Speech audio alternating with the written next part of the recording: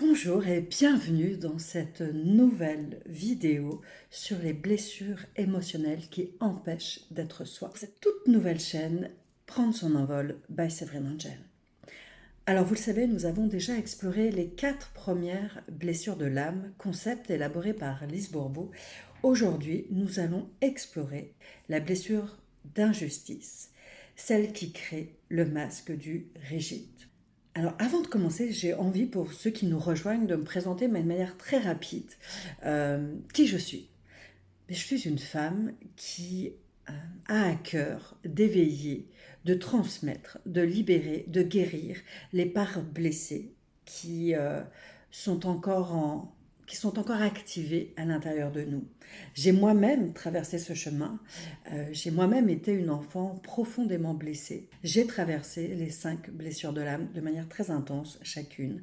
D'ailleurs, le fait d'avoir fait cette mini-série sur les différentes blessures, j'ai envie, alors dites-moi en commentaire si ça résonne pour vous, mais j'ai envie de vous proposer un live pour faire un peu la synthèse de ces blessures et puis surtout vous partager comment moi j'ai traversé chacune des blessures et quel a été mon chemin et quel est le chemin encore que j'emprunte, parce que je crois que c'est le chemin d'une vie, de,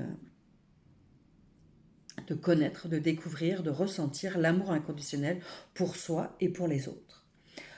Voilà, on peut dire que je suis une mentor coach de l'amour de soi. Je suis une exploratrice de l'être. Ça, c'est vraiment le terme qui, je trouve, me définit le mieux, mais qui n'est pas forcément le plus explicite pour dire en quoi c'est important pour moi d'accompagner tous les êtres humains qui sont prêts à faire la paix avec eux-mêmes, qui sont prêts à se libérer de ces parts blessées qui empêchent, qui prennent toute la place et qui empêchent du coup d'accueillir toutes ces émotions d'amour, de joie, de bienveillance, de douceur, de légèreté. Voilà, donc c'est l'idée de balayer et de remercier les émotions qui nous empêchent comme ça d'accueillir ce renouveau. Donc bien sûr, je veux parler des émotions de colère, de peur, qui viennent comme ça cristalliser, qui se sont figées à l'intérieur de nous. Et du coup, c'est juste les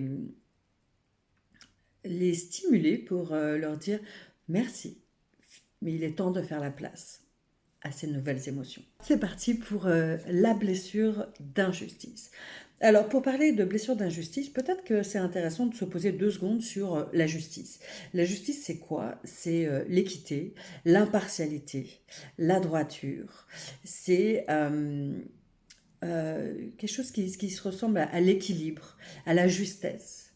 Et du coup, quand on vit cette blessure d'injustice, c'est quand on ressent que l'on n'a pas été apprécié à sa juste valeur, qu'on n'a pas été respecté, qu'on n'a pas reçu ce qu'on méritait de recevoir, ou à l'inverse, qu'on a trop reçu par rapport à ce qu'on pense mériter. Et c'est là où le déséquilibre intervient.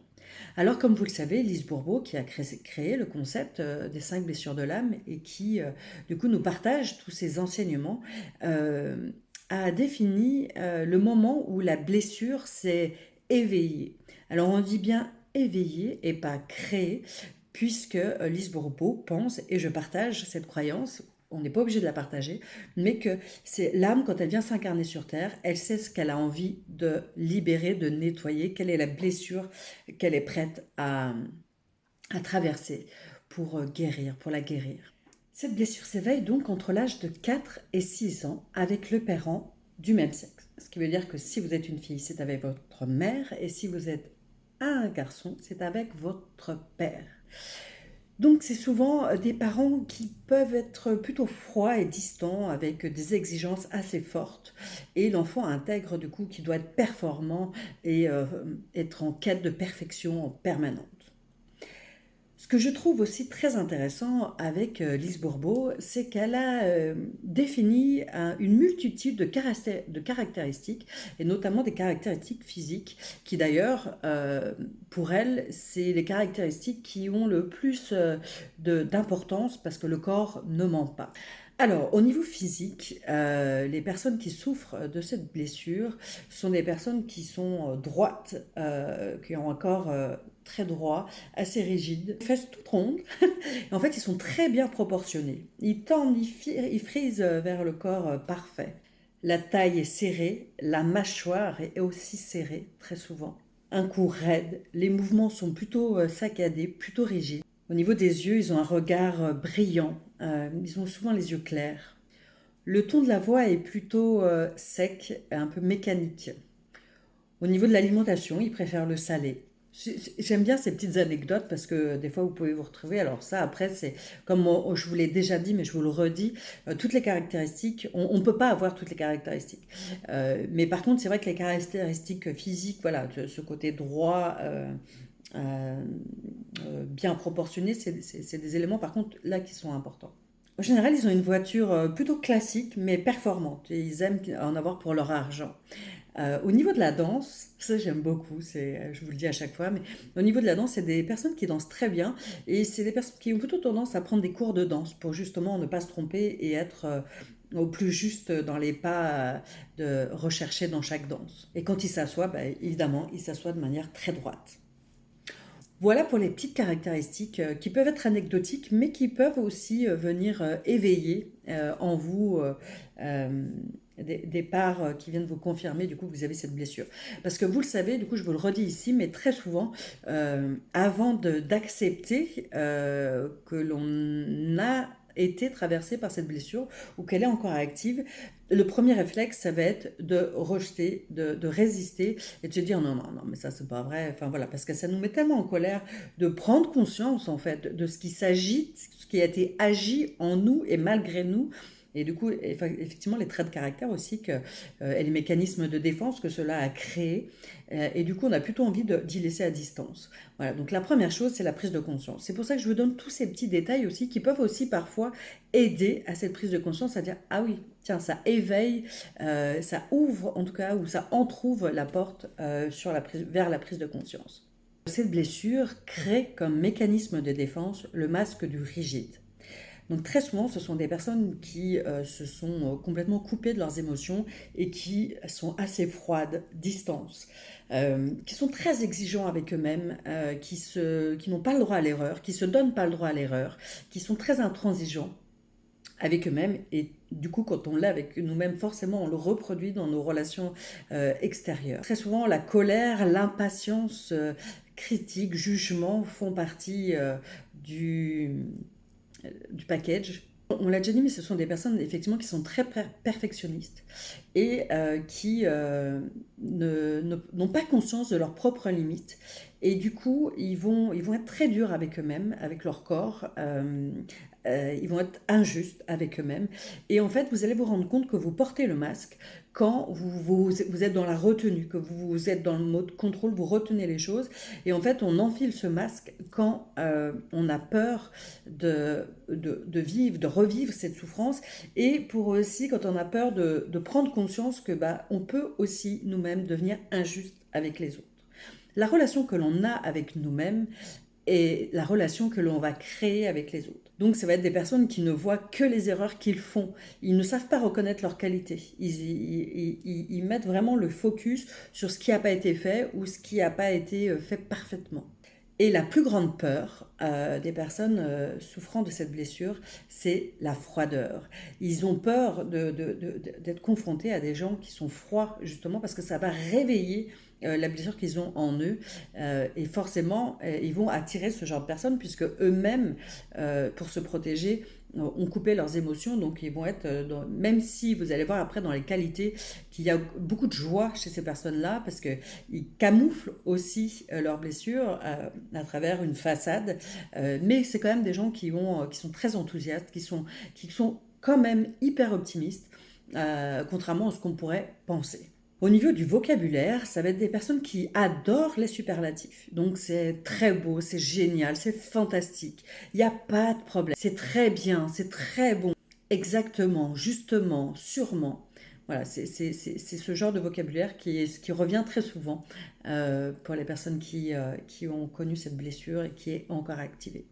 Au niveau du caractère, donc on l'a déjà dit, c'est des personnes qui sont très exigeantes, perfectionnistes, qui sont assez froides, assez distantes, qui ne savent pas reconnaître leurs limites, qui ne savent pas reconnaître leurs qualités, sont rarement malades. En tout cas, elles ne sont pas du tout à l'écoute. Elles vont jamais voir le médecin, elles prennent jamais de médicaments. Elles y vont, elles, ouais, elles ne lâchent rien. Elles vont aller au-delà de leurs propres limites. Ils vont se comparer au pire et ils vont se comparer aussi au meilleur en permanence. Il y a toujours cette agitation aussi mentale qui est très très présente. C'est des personnes qui peuvent être maniaques aussi, qui doutent de leur choix. C'est des personnes qui doutent de leur choix, qui rient pour cacher leur sensibilité, qui vont avoir du mal à se faire plaisir sans se sentir coupables, qui ont des difficultés à montrer leur affection. Et effectivement, le sentiment de la colère il peut vite arriver. Voilà, c'est des personnes qui peuvent être très colériques. Au niveau des qualités, qui sont nombreuses aussi. Donc, c'est des personnes qui sont dynamiques, qui sont optimistes. Ça, je vous l'ai déjà partagé, mais je le redis parce que c'est important. Enthousiastes, qui sont performants, qui font attention à eux, qui aiment bien être sexy aussi, qui sont très loyales, qui sont créatives, donc ordonnées, qui savent planifier, qui savent travailler seules sans problème, qui sont précises, elles veillent aux détails. Elles ont de grandes capacités pour simplifier, pour transmettre, pour renseigner. Elles sont très sensibles et perçoivent ce que les autres ressentent. Elles sont réactives, elles savent déléguer, elles savent faire face aux situations difficiles. Et elles n'ont pas besoin des autres pour se sentir bien.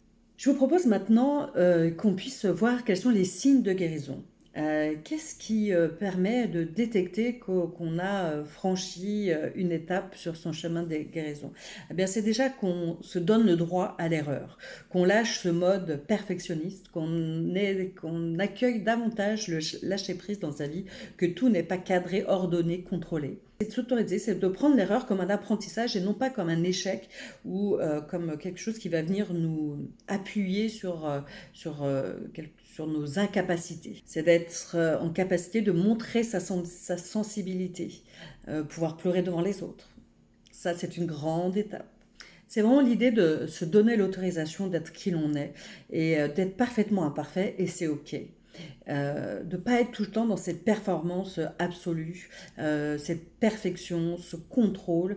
C'est OK, on accueille les choses comme elles viennent et je me reconnecte à mes émotions. Je me reconnecte à la bienveillance. Je deviens bienveillant avec moi-même et j'accepte d'être imparfait. Je m'accorde de la douceur, j'accueille des moments de plaisir sans culpabilité. C'est vrai que si vous regardez toutes les blessures, si vous avez traversé, regardé, visionné toutes les vidéos, vous allez voir qu'il y a beaucoup de points communs entre toutes ces blessures. C'est aussi pour ça que j'ai envie de vous faire un live pour faire un peu cette synthèse et de voir quand est-ce qu'on est blessé. Et puis après, voilà, il y a quelques caractéristiques qui diffèrent et qui permettent de différencier et du coup de reconnaître quelle est la blessure qui est davantage activée ou qui a été vécue avec plus d'intensité. Alors, comme vous savez, j'aime beaucoup terminer les vidéos par une expérimentation.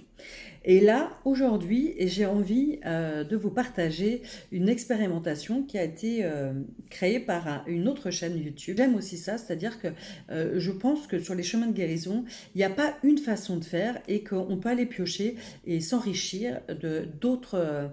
en ouvrant d'autres portes. Il y a d'autres portes d'entrée et c'est justement en allant explorer tout ce qui se présente à nous qu'on peut avancer sur son chemin de guérison.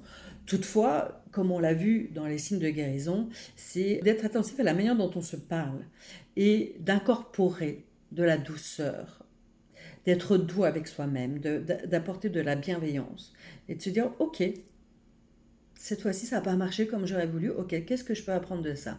En tout cas, bravo d'avoir fait ce pas-là. Il y a aussi, j'aime beaucoup un adage, je ne sais pas comment le dire, où pour rééquilibrer les choses, quand on se critique ou quand on critique quelqu'un, c'est on offre 3 qualités, 3 compliments, on pointe 3 choses positives. Donc une chose négative, 3 choses positives. Et ça permet de rééquilibrer. Donc si vous, à un moment donné vous critiquez, ok, comment vous pouvez venir compenser en vous accordant 3 points positifs, en tout cas mettons aussi le focus sur 3 points positifs. Le processus de guérison, c'est d'en prendre conscience, d'accepter ce qui s'est passé. De toute façon, on ne peut pas le changer et que, je l'ai déjà dit, mais je le redis, les parents ne sont pas coupables de ce qui s'est passé. Ils ont fait comme ils ont pu avec les cartes qu'ils avaient en main. Et puis, c'est surtout vous qui avez fait ce choix, sans le savoir, de venir traverser cette blessure-là. Et moi, j'ai cette croyance, et après, vous n'êtes pas obligé de la partager, mais j'ai cette croyance que les enfants choisissent leurs parents malgré ce que l'on traverse et ce qu'on vit avec eux. Et vous verrez dans la prochaine vidéo que je ferai, et je pense que je la ferai en live parce que j'ai très envie. Si vous, voilà, n'hésitez pas à me dire si ça vous parle aussi, de comment on traverse, et même si les choses ont été violentes ou difficiles à traverser, ça a permis en tout cas et en fonction de l'intensité, j'ai envie de le rajouter aussi, c'est que je pense que quand on vit des choses de manière très intense, c'est qu'on est prête à les vivre de cette manière-là, ou peut-être que la vie est obligée de les faire aussi intenses pour qu'on prenne conscience, parce qu'on a des armures parfois qui sont tellement solides, tellement robustes, que pour avoir la prise de conscience, des fois il faut frapper un peu plus fort que pour d'autres, en fonction de notre sensibilité. Pour revenir à l'expérimentation, je vous invite à rejoindre la chaîne 5e saison, qui propose plein de méditations, et il y a une méditation sur guérir la blessure d'injustice. Et j'aime beaucoup leur approche qui du coup permet comme ça de partir en méditation et en même temps de venir réinformer nos cellules, nos conditionnements sur la femme, la personne, l'homme que l'on est aujourd'hui, et de venir réinformer nos cellules sur qui nous sommes aujourd'hui. Nous ne sommes pas notre blessure, nous sommes plus cet enfant blessé, mais nous sommes cet adulte qui prend soin de lui, qui prend soin de son enfant. Et d'ailleurs, je fais ce geste-là. C'est aussi important de pouvoir le faire, de pouvoir vous prendre dans vos bras. C'est quelque chose que je ne pouvais pas faire avant. Mais vous savez que votre corps et votre cerveau ne fait pas la différence entre l'imaginaire et la réalité. Et du coup, si vous vous prenez dans vos bras, c'est comme si vous ressentez l'amour que l'on vous donne. Mais c'est vous qui vous le donnez. Et c'est tout aussi puissant que si quelqu'un vous donne son amour. Vraiment. Donc n'hésitez pas aussi à vous dire et à vous donner ces signes d'affection, que ce soit physique ou par la parole, pour venir réinformer les cellules. Voilà pour cette vidéo sur la blessure d'injustice. Alors bien sûr, on pourrait en dire encore davantage, mais je pense que c'était important d'en faire une synthèse et de vous la partager. Je vous remercie pour votre écoute. Si vous avez aimé cette vidéo, n'hésitez pas à la liker, à vous abonner, et puis on se retrouve donc tout prochainement. Je ne sais pas pourquoi j'ai la date du 6 juin, jeudi 6 juin, donc je pense que je vous ferai le live jeudi 6 juin pour faire une synthèse de ces vidéos, et puis vous partager et répondre à vos questions, et vous partager comment moi je les ai traversées. Voilà, de toute façon, je vous reprogramme une vidéo comme chaque mardi, et n'hésitez pas à mettre en commentaire si cette vidéo a résonné pour vous, si vous avez des questions, si vous voulez faire des partages d'expériences, et puis si vous voulez me contacter, je vous remets mon mail ici, séverine.angel@outlook.com. Si vous sentez l'appel de vous faire accompagner sur votre propre chemin, et bien j'aurai un plaisir d'être au rendez-vous. Je vous embrasse. Ciao, ciao.